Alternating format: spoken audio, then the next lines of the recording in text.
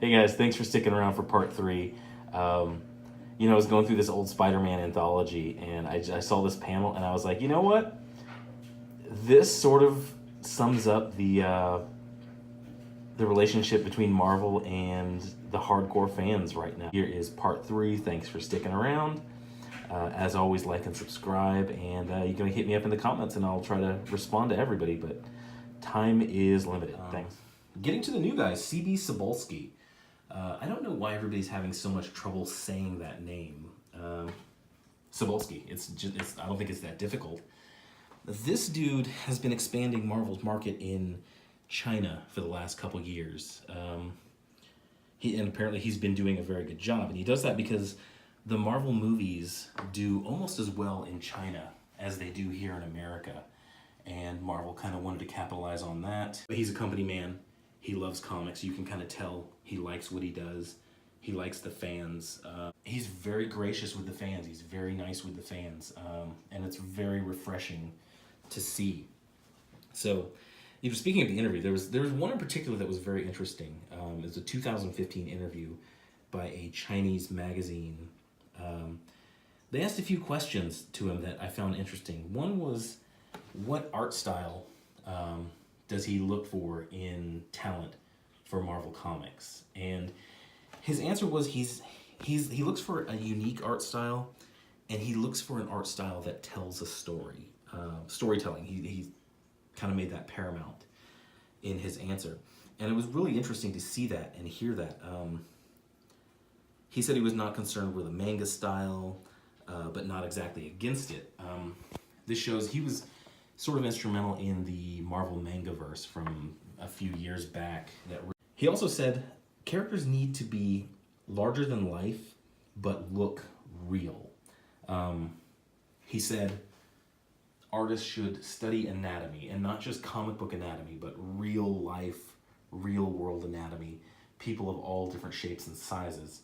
I can tell you, upon hearing that, I'm hearing this, Erica Henderson is probably dusting off her resume because her art style is atrocious. The potato monsters that she creates with her pen, the fans are tired of looking at, and I think she sells maybe sub 10,000 now, so the fans are speaking, and they're saying this style is horrible.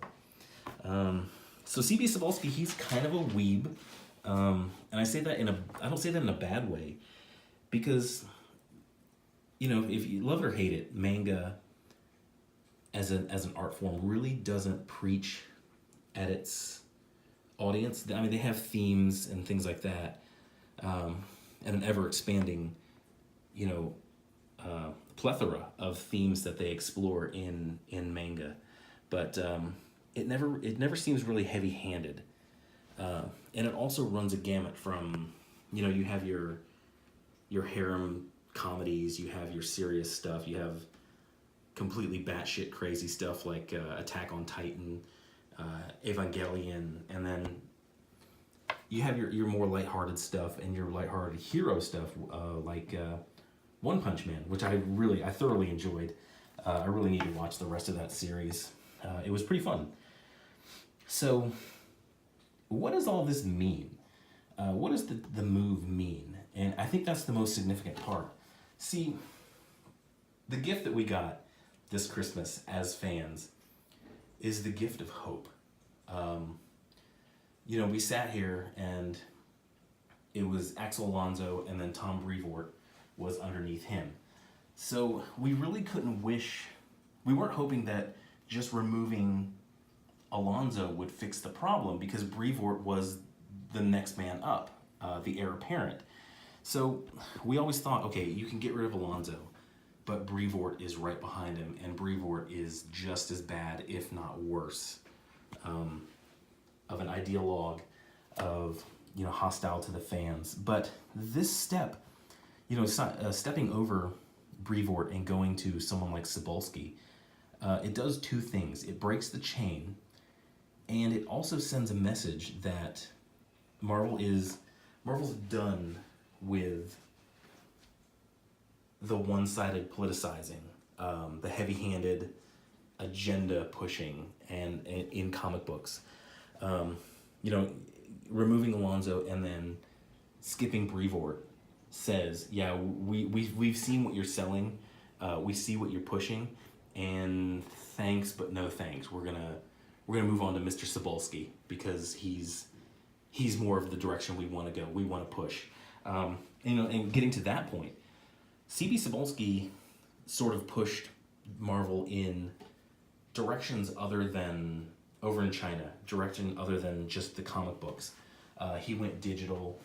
He was sort of a Total War perspective on pushing the product, which I'm very excited for. CB Cebulski was featured in the game Ultimate Alliance, the first Ultimate Alliance game, which if you've ever played that game, it's amazing. It's an excellent comic book game. Probably one of the best examples of how to do a comic book game based on pulling from a comic book universe with very, very different characters, lots of different characters. If you've never played it, go find it, go play it. You can pick it up on Xbox 360. You may be able to download it from the old system. Awesome game. And I'm hoping that kind of keeps going. I would love to see an Ultimate Alliance 3. I would like to see more Marvel games coming up on these modern systems. I'm gonna digress. I'm hoping that we do see a little better presence in the video game market from Marvel Comics.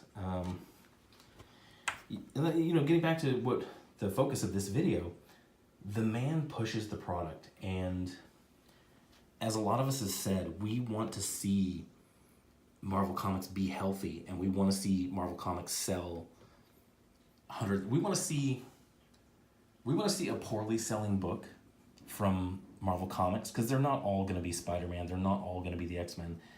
We want to see one that just struggles and one that just holds its own weight to sell 45,000 a month.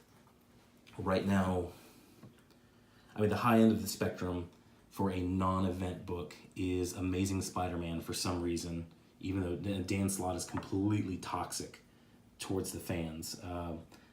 He sells about mid 50,000s, and then you go to, I think the worst selling actual monthly comic book that's not like an event driven thing, like the Road to Ragnarok comic book that sold 6,000. I have no idea how that sold 6,000, but the run-of-the-mill basic regular comic book from Marvel Comics, the worst selling one is Moon Girl and Devil Dinosaur, and it sells about 7,700 a month.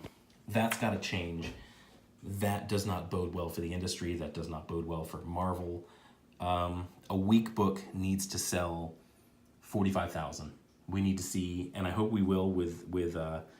Cebulski's new philosophy and what he does in the industry. I would love to see another comic books boom to where all people are enjoying buying and reading comic books, not just this niche SJW market that sells 15,000 and calls it a month, calls it a good month when they sell 15,000. I hope we get away from that, because that is not healthy. That's not keeping the tradition of Marvel Comics going. And a lot of us have said that Marvel Comics is the health of the industry. When Marvel's doing well, everybody else does well. So, but yeah, that's what we got. I hope there's a change in philosophy. I hope he comes in the door. I'm not trying to tell him how to do his job, because he's apparently pretty good at his job. But I hope he comes in the door and he says, look, all of you creators with your 50, 60,000 followers, they're not following you. Because, people aren't following Dan Slott, middle-aged fat guy with a bad attitude. They're following Dan Slott, writer of Amazing Spider-Man. And they need to realize that's why they have that position. That's why so many people follow them. It's because of the position. It's because of the honor that they are bestowed with of writing and adding to the long legacy that is Spider-Man. And I hope that he comes in and he says, people need to realize that is, that's why you're here. You need to respect the legacy. You need to respect what has come before, and pour that into your work going forward. I can see. I really hope that I can kind of foresee, and I really hope it happens. A lot of these people who are the problem at Marvel Comics starting to look for other jobs, because C.B. Cebulski is not. I think he leans left in his politics, but I don't think he pushes that in his work. You know, reviewing, I went through his Twitter and I kind of looked back, and the only political tweet I saw from him was on February 5th of 2017, and going back even further, I really didn't see anything else. So this is a man, C.B. Cebulski. Politics is not on his mind when he gets up in the morning. When he turns on Twitter, politics is not what he wants to push. And if you go look at his Twitter, and I invite you to look at it and follow him to see kind of, you know, we're all sort of defined by our Twitter feeds. What's really going on in our head. You can just read through our Twitter feeds and you'll kind of see what a person is, what they really think.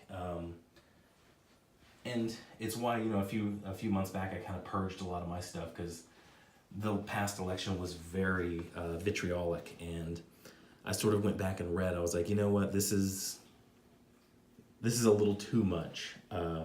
So I cut back and I got more into the comics and more into racing. I love racing. To be quite honest, I'm happier and I feel better about it every day.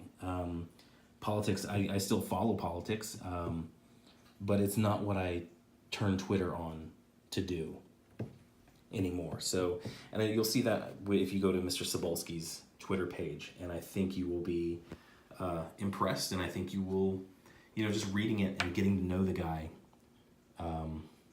through his past words and his past posts, I think you'll be optimistic, as a lot of us are, in that he is not going to push Trump, white people are evil, the cops are bad, the cops hunt people. He's not going to push that. He's going to push good story, beautiful art, and he's going to push this wonderful universe that is Marvel Comics.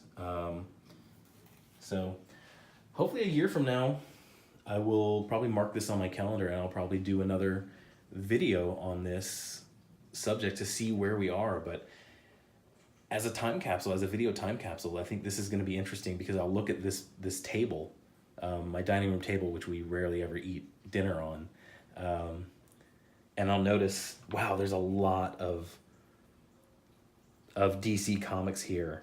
And I'll probably also notice that, wow, there was this, I remember Legacy was trash. We'll look back at that and think, oh God, what a horrible series. What a bad idea. Hopefully this time next year, I'll look back at this video and I'll be like, yeah, a bad book, a good book used to sell mid 50,000s. Hopefully we'll be at a better place next year. As Diversity in Comics says, you cannot turn a battleship quickly. It takes a while. So probably for the next 6 months, we're going to get sort of a diet version of what we've been choking on from DC, or not from DC, from Marvel lately. But the tide has turned. The head of the snake has been removed, and I think we're gonna see a lot of improvement. I'm very optimistic about it. I hope you are too, as fans. Tell me what you think in the comments. Hit a like, hit a subscribe.